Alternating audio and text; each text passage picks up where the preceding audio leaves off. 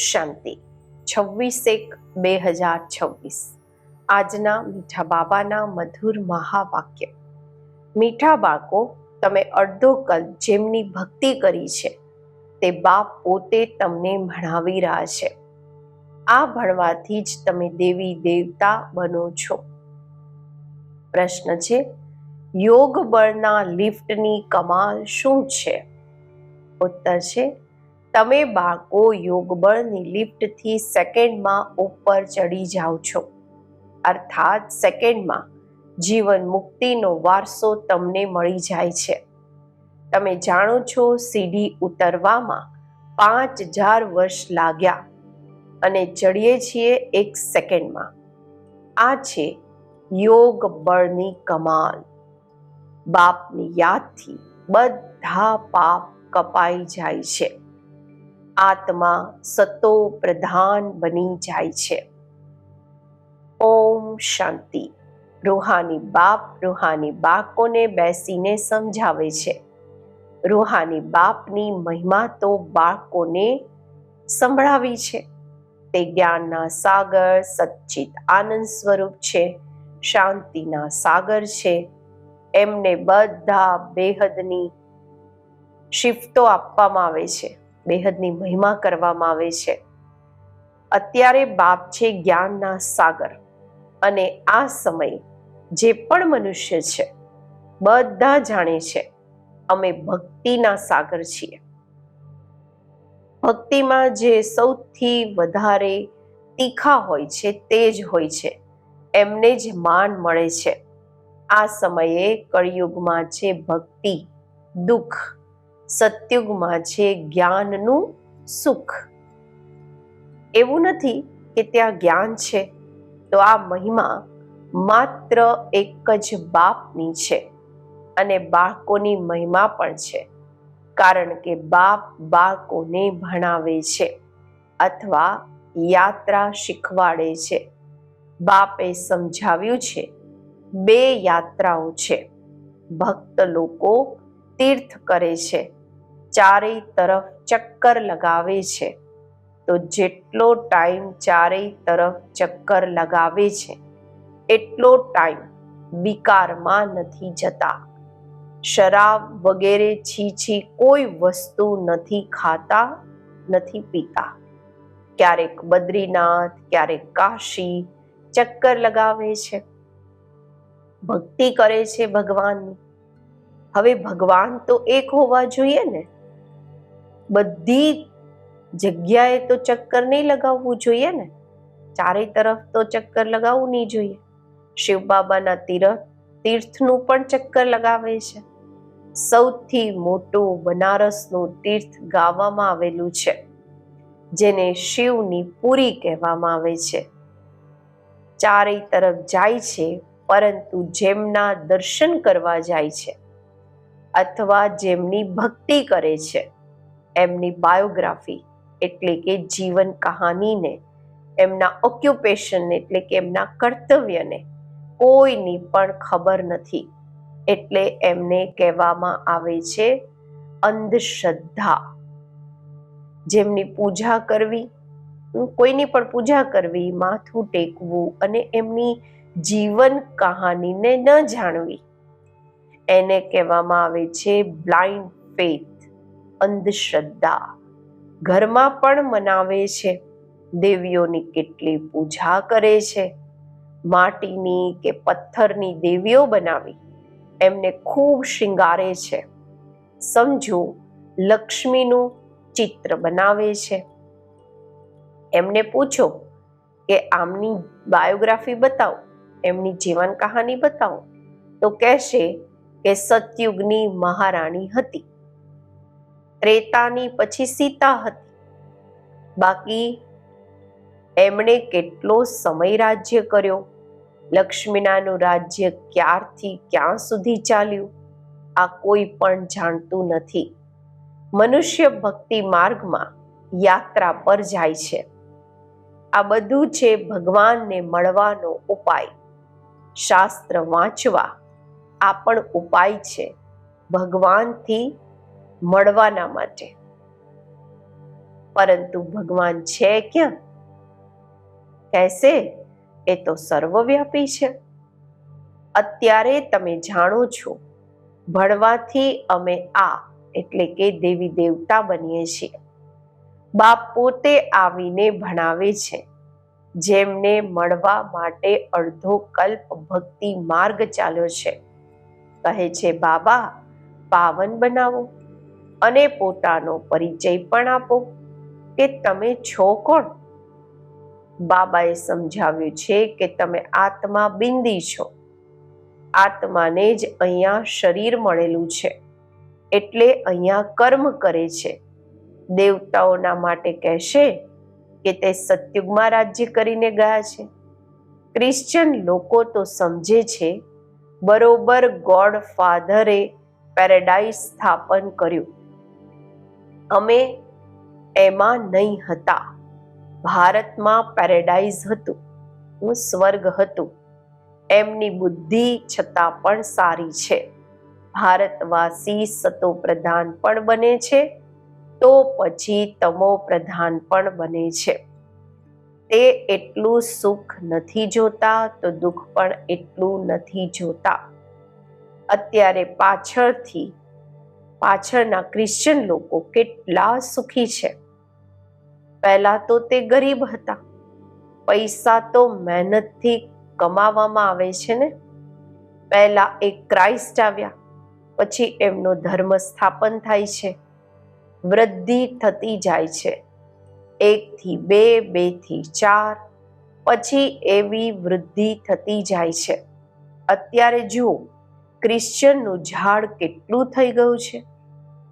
Foundation છે, પાયો છે દેવી દેવતા કુળ. તે પછી અહીંયા આ સમયે સ્થાપન થાય છે.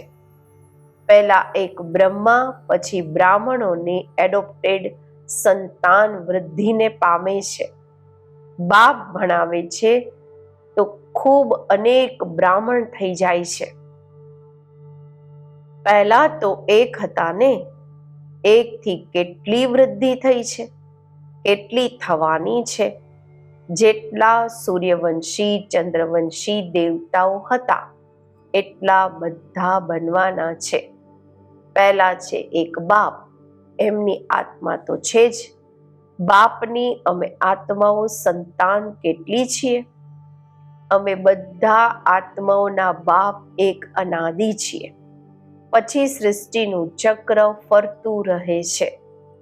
બધા મનુષ્ય તો સદૈવ છે નહીં ને. આત્માઓએ અલગ અલગ પાર્ટ ભજવવાનો છે. એ આ ઝાડની પહેલા થડ છે દેવી દેવતાઓનું.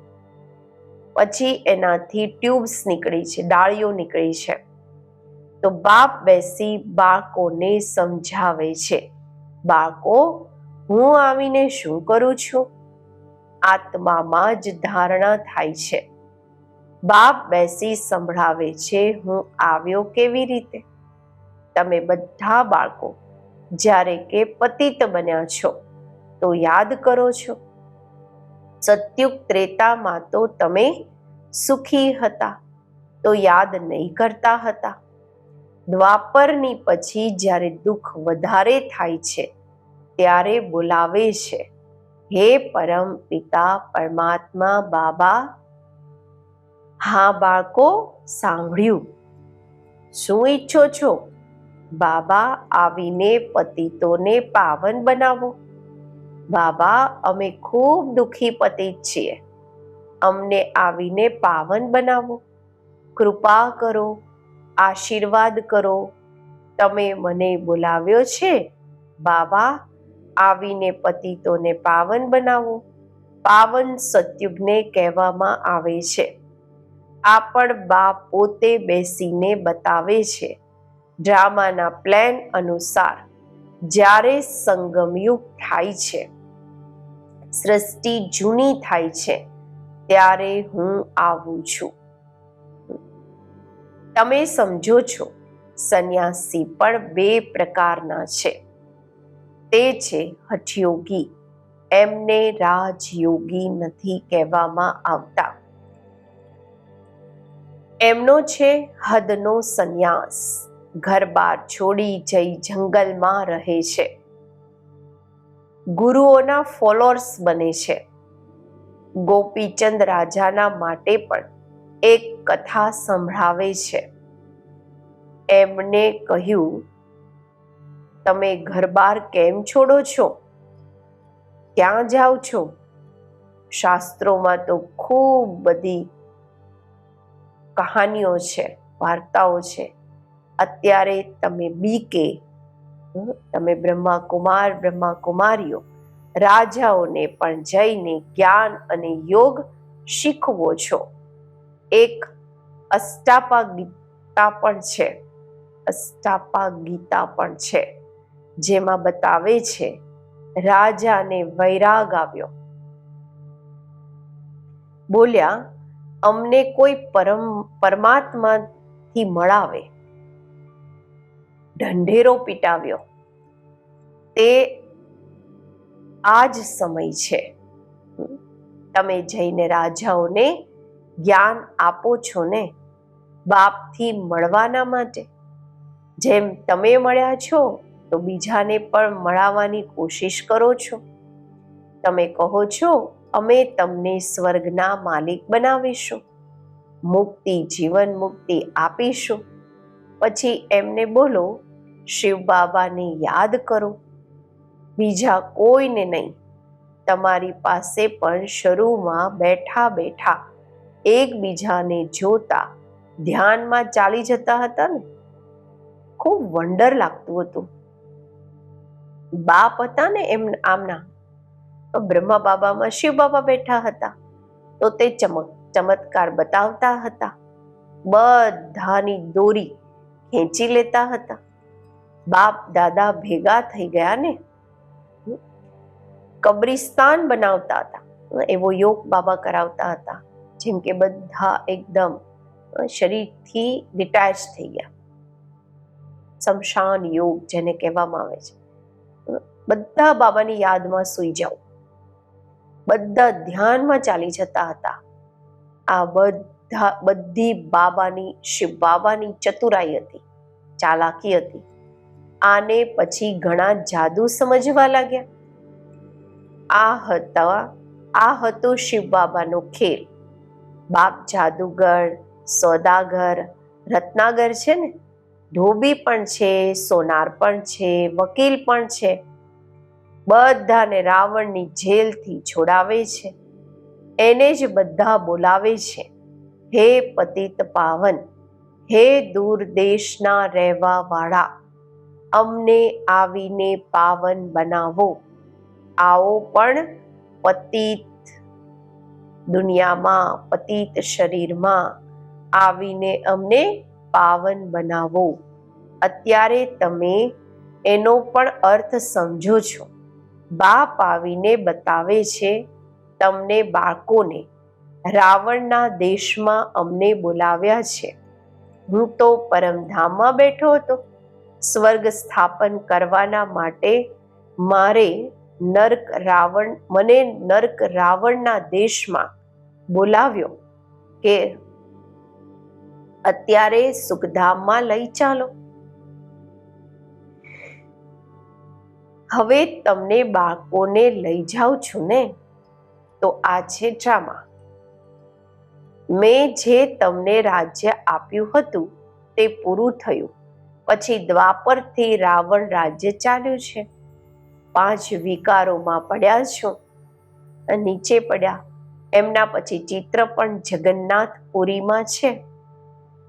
બાબા કહે છે પહેલા નંબરમાં જે હતા તે પછી 84 જન્મ લઈ હવે પાછળમાં છે, અંતમાં છે. પછી એમને જ પહેલા નંબરમાં જવાનું છે. આ બ્રહ્મા બેઠા છે, વિષ્ણુ પણ બેઠા છે. એમનો આપસમાં શું કનેક્શન છે દુનિયામાં કોઈ નથી જાણતું.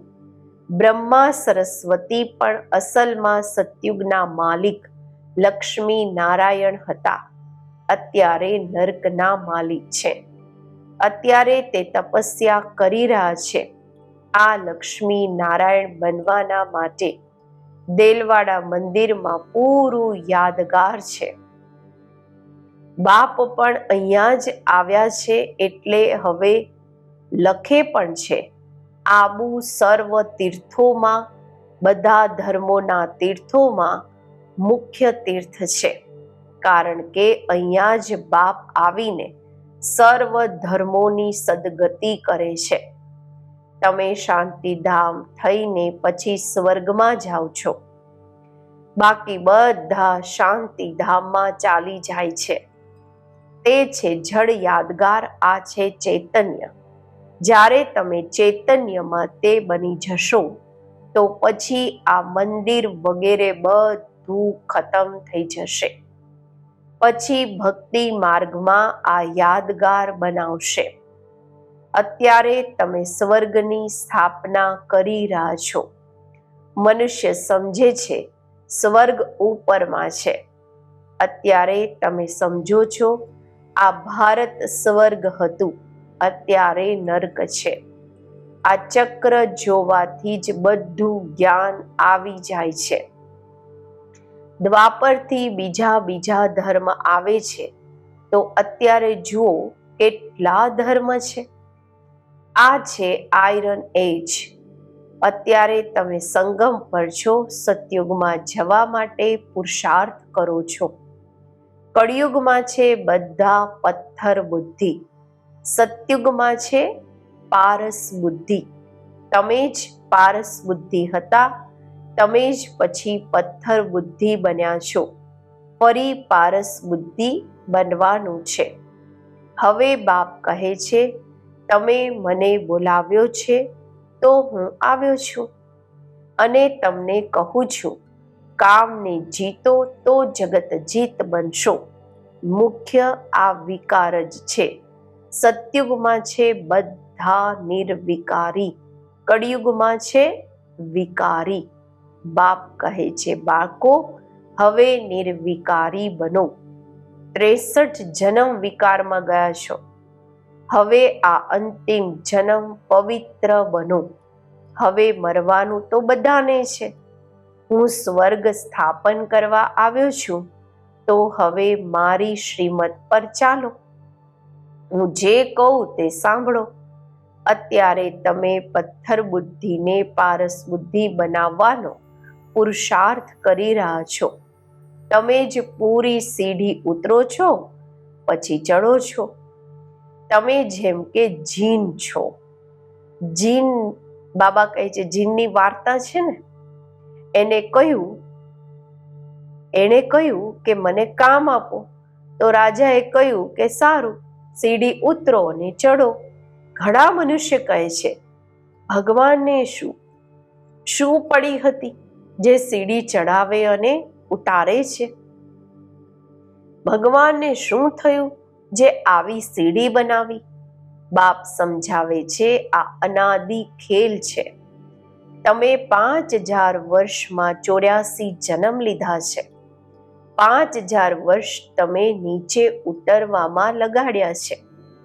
આપણને નીચે ઉતરવામાં કેટલો સમય લાગ્યો? 5000 વર્ષ. પછી દ્વાપરમાં જાઓ છો, પછી ઉપર જાઓ છો 1 સેકન્ડમાં. આ છે તમારો યોગ બળની લિફ્ટ. બાપ કહે છે યાદ કરો તો તમારા પાપ કપાઈ જશે. બાપ આવે છે તો સેકન્ડમાં તમે ઉપર ચડી જાઓ છો. પછી નીચે ઉતરવામાં 5000 વર્ષ લાગે છે. કળાઓ ઓછી થતી જાય છે. ચડવાની તો લિફ્ટ છે. સેકન્ડમાં જીવન મુક્તિ, સતો પ્રધાન બનવાનું છે. પછી ધીરે ધીરે તમો પ્રધાન બનશો. 5000 વર્ષ લાગે છે. અચ્છા, પછી તમો પ્રધાનથી સતો પ્રધાન બનવાનું છે 1 જન્મમાં. અત્યારે જ્યારે કે તમને સ્વર્ગની બાદશાહી આપું છું, તો તમે પવિત્ર કેમ નથી બનતા? પરંતુ કામેશું ક્રોધેશું પણ છે ને. વિકાર ન મળવાથી પછી સ્ત્રીને મારે છે, બહાર કાઢી દે છે, આગ લગાવી દે છે. અબળાઓ પર કેટલા અત્યાચાર થાય છે, આ પણ ડ્રામામાં નોંધ છે. અચ્છા, મીઠા મીઠા સિકિલધા બાળકો પ્રત્યે માત પિતા બાપ દાદાના યાદ પ્યાર અને ગુડ મોર્નિંગ. રૂહાની બાપના રૂહાની બાળકોને નમસ્તે. આપણે રૂહાની બાળકોના રૂહાની બાપને નમસ્તે. ધારણા માટે મુખ્ય સાર. પહેલું છે, જગતના માલિક બનવા કે વિશ્વની બાદશાહી લેવાના માટે મુખ્ય કામ વિકાર પર વિજય મેળવવાની છે. સંપૂર્ણ નિર્વિકારી જરૂર બનવાનું છે. બીજું, જેમ અમને બાપ મળ્યા છે એમ બધાને બાપથી મળાવવાની કોશિશ કરવાની છે. બાપની સાચી ઓળખ આપવાની છે. સાચી યાત્રા શીખવવાની છે. આજનું વરદાન. ગમની દુનિયા સામે હોવા છતાં પણ બેગમપુરની બાદશાહીનો અનુભવ કરવા વાળા અષ્ટશક્તિ સ્વરૂપ ભવ. ગમ અને બેગમ એનો અત્યારે જ નોલેજ છે. ગમની દુનિયા, દુઃખની દુનિયા સામે હોવા છતાં પણ સદા બેગમપુરના બાદશાહીનો અનુભવ કરવો, આ અષ્ટશક્તિ સ્વરૂપ કર્મેન્દ્રિય ચિત્ત બાળકોની નિશાની છે.